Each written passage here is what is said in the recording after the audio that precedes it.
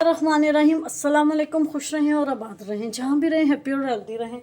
मैं हूँ महविश और वेलकम करती हूँ आपको जायका सुफ्रा में। आज हम बनाएंगे बहुत ही मज़े के लजीज झटपट बन जाने वाली वाइट चिकन कढ़ाई, जो बहुत शॉर्टकट तरीके से मैं आपको बनाना सिखाऊंगी।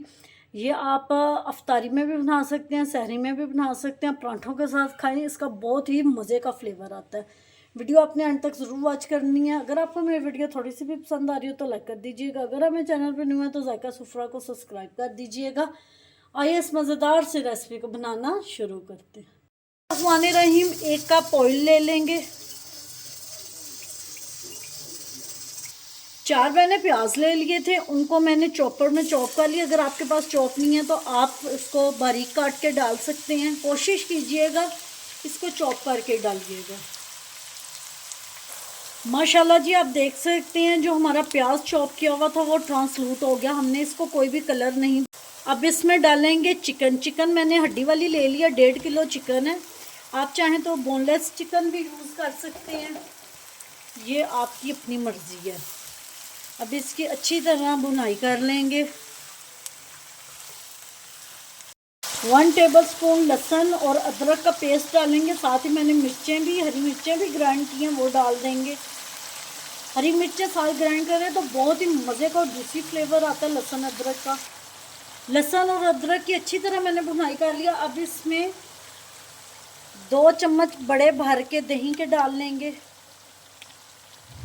इसी दही में ये पकेगा।